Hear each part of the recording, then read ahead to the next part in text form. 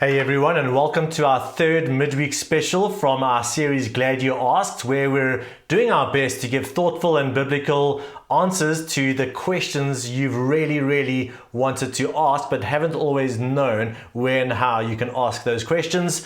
In our midweek time, we've tried to answer 2, 3, 4 questions at a time, but today we're only going to get through one question. And the reason is that there's kind of no short answer. I feel like if I had to give you a short answer to this question, that you're not going to get it. And so maybe I'm indulging myself, maybe I'm indulging you, but we're going to be deep diving a longer question today. I also want to say that if you're not a Christian, today's probably going to make no sense to you. Please watch along, see what's kind of coming out of the Bible world and the worldview here. But maybe even if you are a Christian, this may even start to sound like Star Trek, Lord of the Rings kind of stuff. But the question for today is this.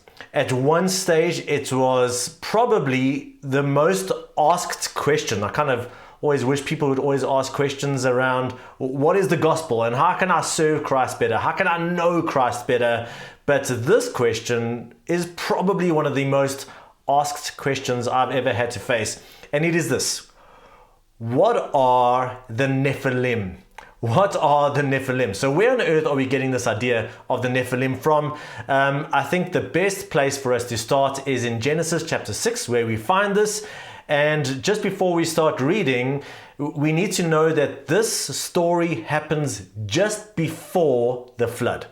Literally right before the flood narrative is where we get this strange, obscure little passage which has caused a lot of controversy and a lot of questions. So let's read it and let's dive straight in. Genesis 6 verses 1 to 4 says this, and I'm reading from the old NIV. When men began to increase in number on the earth and daughters were born to them, the sons of God, we're going to come back to that term, the sons of God saw that the daughters of men were beautiful, and they married any of them they chose. And then the Lord said, my spirit will not contend with man forever, for he is mortal. His days will be 120 years. The Nephilim, he has this term, and we're going to come back to the Nephilim. The Nephilim were on the earth in those days, and also afterward, when the sons of God, again, went to the daughters of men and had children by them. They, the Nephilim, were the heroes of old, men of renown. If you're doing one of these Read Through the Bible series and you start in Genesis chapter 1, it's going to take you a few days to get to Genesis chapter 6. Midway through Genesis chapter 6, you're going to be right in the middle of the flood narrative. And you're like, look, the flood I know, Noah I know, but this, where on earth does this passage come from? It really seems like someone inserted the strange little narrative without, at first glance, any explanation. So what do we do with this? It seems pretty random, and either it's just that. Either it's random and it's obscure, and the people who first read this text thousands of years ago kind of knew exactly what is going on, but we don't really know what's going on. Or we need to do a little bit of scratching below the surface, and maybe we're going to find something that's going to help us answer these questions. As I read through Genesis chapter 6, 1 to 4, I highlighted two groups of characters. The first group of characters were the sons of God, mentioned twice, and the second group of characters were the Nephilim. So let's tackle one at a time, and as we do that, let's see if we can unpack who the Nephilim are. So first of all, let's talk about the sons of God. Historically, interpreters have come to two different positions concerning who these sons of God were. And really, the two positions are, number one, humans, and number two, angels. Number one, some form of humans, and even there's a bit of a diversion here. Some people, it's not a very popular position, but would understand the sons of God to be some form of royalty, maybe some human princes, historically not well represented, and even today not really well represented. But a more popular position with regards to the sons of God being human position is that the sons of God are the sons of Seth. So who is Seth? Well, we've got Adam and Eve. They have two sons, Cain and Abel. Cain is the unrighteous son ruled by sin. Abel is the righteous son who finds favor in God's eyes. Cain kills Abel. God causes Cain to get removed from this little family unit. So now we've got a problem. Adam and Eve had two kids, the only one living, and he's gone east from here, and we don't know where he's gone. He is the unrighteous one. There's no righteous line to continue in that. The next son that we are told about, I think we can assume that Adam and Eve had other children, but in terms of the righteous lineage of Adam and Eve, the next son we're told about is Seth. And so an assumption that is read into this text is maybe the sons of God are the sons of Seth. And as they went out into the world, they saw the daughters of Cain, thought they were pretty good looking, and they had families with them and relations with them. And as a result of the intermarriage between the righteous lineage of Seth and the unrighteous lineage of Cain, kind of the chaos on the earth got worse and worse and worse.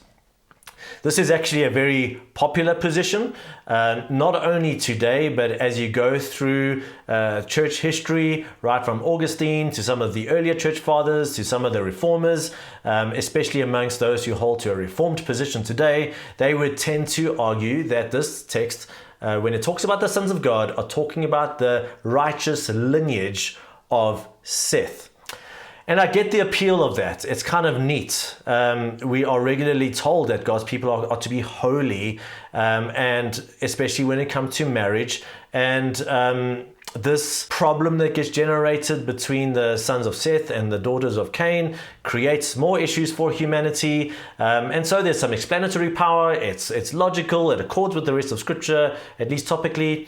And so, yes, that has a great appeal. And I see why people think that. And to be honest, for many, many years, when people were coming to me asking who are the Nephilim, this is the interpretation that I used to hold to. But my position has changed, because we get to a second position, and the position is that the sons of God refers to a group of beings that are angelic in nature. So where on earth do we get that from? Well, this is where we allow the scriptures to interpret scripture for us. The words in Genesis 6, sons of God, are the Hebrew words B'nai Elohim, which are the sons of Elohim, the sons of God. So if we had to do a word search of B'nai Elohim, it won't help, as I'll show you in a second. It won't help to word search sons of God, depending on your translation, because the words B'nai Elohim are not always translated into the English word sons of God. So if you had the ability to do a Hebrew word search, B'nai Elohim, here's what you come up with. You start to realize that every single time B'nai Elohim is mentioned, it refers to a certain group of angelic or spiritual beings. Let me give you a couple of examples. Job chapter 1 verses 6. One day the angels came to present themselves before the Lord, and Satan also came with them. So in my Bible translation, the words B'nai Elohim, instead of Ben means son, B'nai Elohim, sons of the Elohim. The translators have chosen not to go with the word sons of God, and have instead chosen to use the word angels. Psalm 89 verses 6. For who in the skies above can compare with the Lord?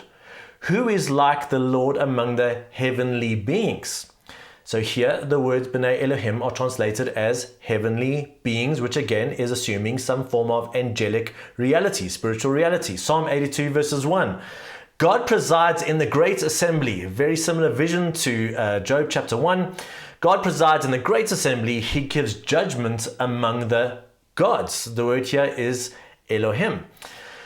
So every time B'nai Elohim is translated, it is indicating some form of angelic being This gets disguised by the fact that in Genesis chapter 6, it translates the words as sons of God. But if we're going to be consistent, we need to intuit that Genesis chapter 6 is also referring to this very same group of angelic beings, spiritual beings referred to every single other time B'nai Elohim is used in Scripture. I mean, if, for example, B'nai Elohim in chapter 6 is referring to human princes or the righteous sons of Seth, it makes no sense that we can then take that phrase and put it into some of these verses, that they are in the heavens, or that somehow when God is having a council with regards to what he was going to do with Job, that there were righteous humans somehow in his presence that he was consulting with. That makes absolute no sense. And so it makes more sense for us to go with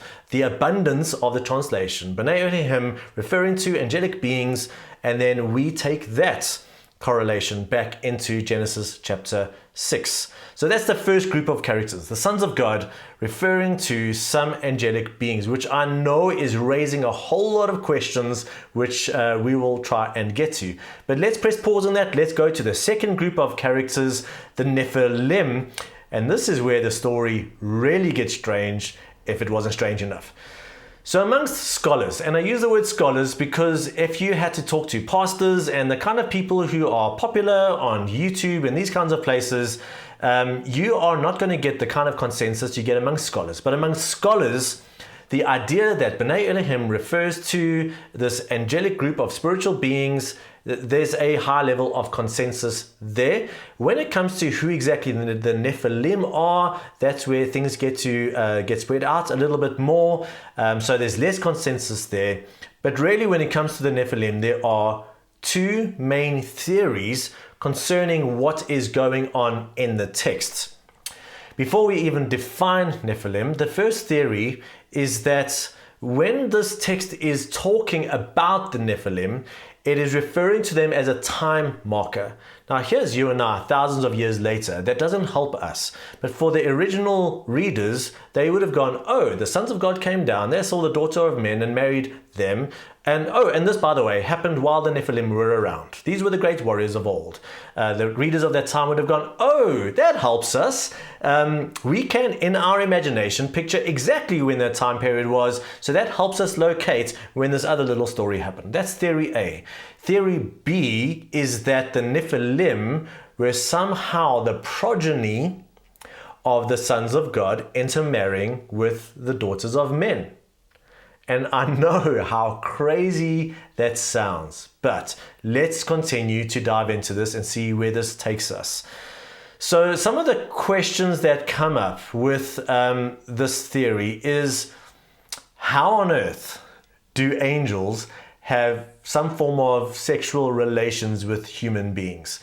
I was on a missions trip a number of years ago, and we were up in the north near Polokwane, but in the whole village area, and we were doing these tent crusades. This is when I was a theological student, and a lot of the work that we were doing was through translators. And the one night we did all of our preaching and worshiping, and we got to the end of the evening, and the person standing up through a translator said, oh, by the way, if anyone here is married to a demon or knows anyone who's married to a demon, please make sure they come tomorrow night. Amen.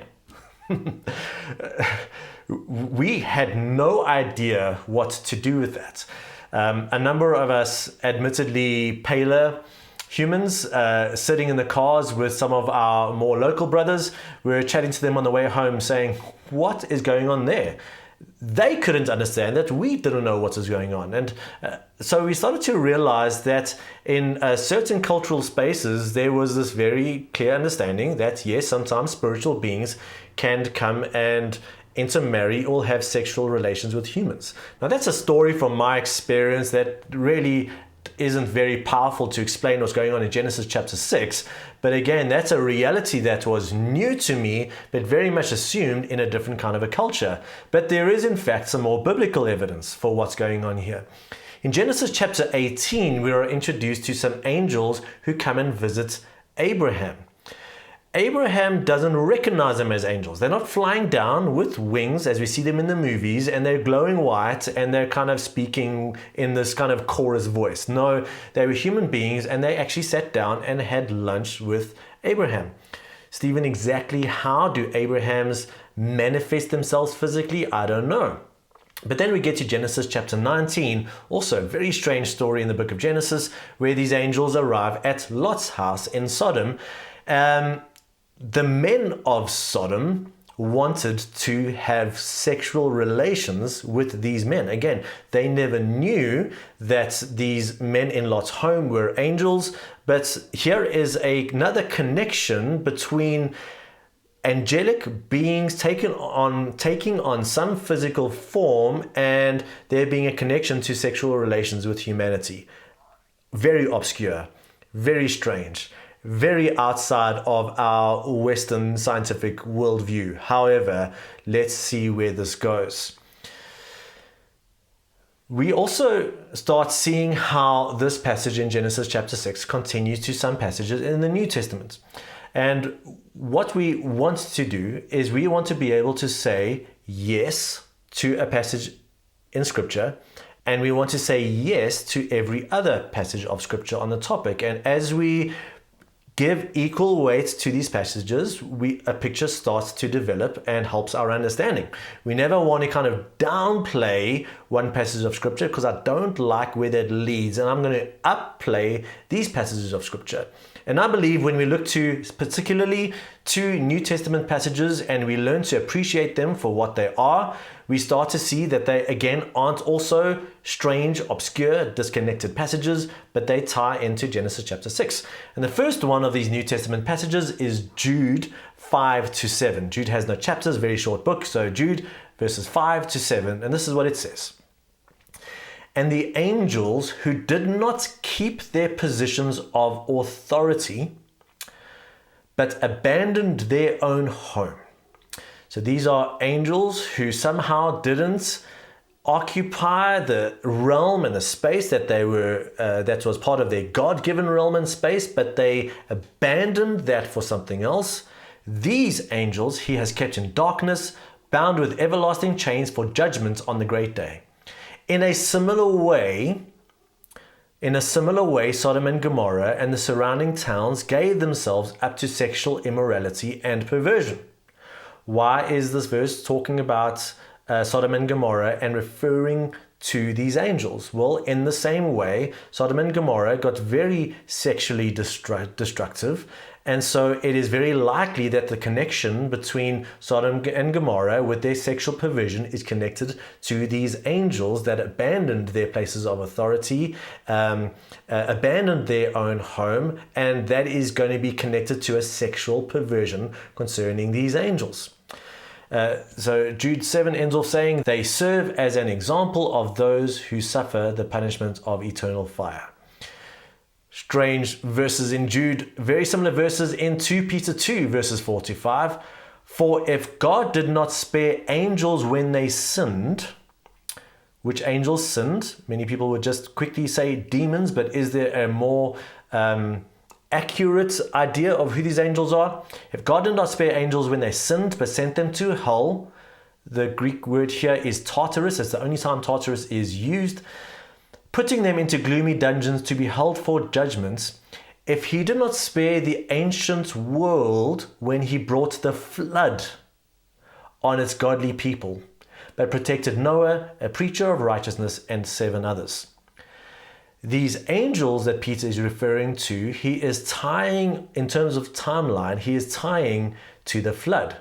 So therefore, it seems highly likely that Peter, once again, is referring to the angels that Jude is referring to, and is once again referring to these angels in Genesis chapter 6.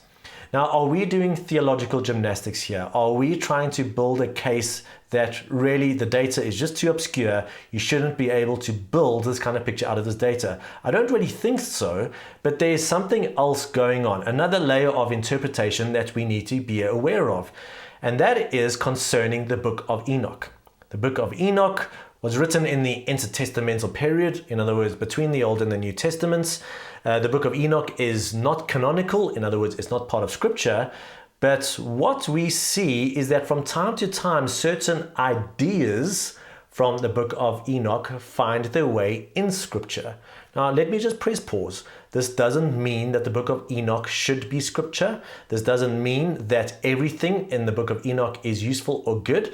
In fact, there are a number of times in scripture where Paul quotes pagan documents. That is not to say that we should canonize those pagan documents just because someone quotes it, or just because Paul or Peter sees a parallel in other literature and pulls it in.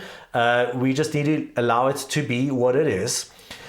But the book of Enoch is a Jewish apocalyptic book, and what it represents is that this is not some new theory that someone smoked something strange and came up with in 2021. But we can recognize that this theory was very popular even at the time of Christ. What we see in these verses in Jude and 2 Peter is that they are also leaning on an interpretive element in the book of Enoch. And when it comes to Genesis chapter 6, the book of Enoch does take this fallen angel view of Genesis chapter 6. So suddenly it seems quite plausible. This is not a new theory. This is in fact a very old theory. The fact that the New Testament is actually leaning on and at times quoting the book of Enoch, that these sections of the book of Enoch are referring to Genesis chapter 6. And so it really does seem to close the loop with regards to this particular interpretation. But there's also one more thing that makes all of this so interesting. The only other time that the word Nephilim is used in the Old Testament is in Numbers chapter 13, verses 33. The context of Numbers chapter 13 is a well-known story where the 12 spies go into Canaan to investigate what's going on, and they come back. 10 of the spies say, no, there's no way we can go in there. And then there are the 2 faithful spies. Many of you will know Joshua and Caleb, and they say, no, if God is for us, we can do this. So it's that story, it's that narrative. But Numbers 13:33 says this concerning what they found in Canaan. We saw, in our investigation, we saw the Nephilim there. And then we get this description of the Nephilim. The descendants of Anak, or the Anakim, came from the Nephilim. We seemed like grasshoppers in our own eyes, and we looked the same to them. So they are describing this group of people known as the Nephilim, which we've been introduced to in Genesis chapter 6. The language that they're using here is that they were huge. So does this refer to someone who's slightly bigger, like our rugby players or our American football players, and me, 5'10", I'm puny compared to them, or is there something else going on here? Well, just before Christ, the Hebrew Old Testament was translated into Greek so that it could be read by a broader group of people. And it's known as the Septuagint. And when they were translating the word Nephilim, the Greek word they chose was giants. There's something else going on here. In the book of Joshua, we are told that the Anakim, who are the Anakim, according to Numbers 13:33, the Anakim are the descendants of the Nephilim being these people that the 12 spies saw and that were huge and scary. All right, the descendants of them being the Anakim. Joshua tells us the Anakim went into the Philistine territory of Gath and Gaza. Some of you would recognize their towns. Where did Goliath come from? Goliath came from the Philistine territory of Gath. What is Goliath? He is a giant. Just something else for you to think about and to consider. So I know that this is such a strange idea. However, the biblical evidence seems pretty compelling that the sons of God were a group of angelic beings who decided to rebel against the position and the role that they were given by God to play. They decided to somehow manifest themselves physically and intermarry and have sexual relations with the human woman of the time. And it seems highly likely that their offspring were known as the Nephilim. They were larger human beings. They were warriors. They were mighty. They were men of renown, and they were fearsome. Their offspring, known as the Anakim, which we do see a number of times in Scripture, actually lead us straight to Goliath. As strange as it sounds, that really seems like a compelling picture. Now, I don't know what you're going to do with that. It doesn't affect our view of the incarnation. It doesn't affect our view of salvation. However, it does possibly expand our view of the Bible to accommodate more of a supernatural worldview. Especially in the West, we are more inclined to accept the supernatural elements we're comfortable with and reject the supernatural elements we're uncomfortable with. So that is my best shot at answering this question. But guys, I know that so many people are asking these questions, so please share these far and wide. I know the feedback has been that these answers have really been helpful to people. So man, may God be with you as you continue to ask and as you continue to push into His word and His presence, and God be with you in this week to come.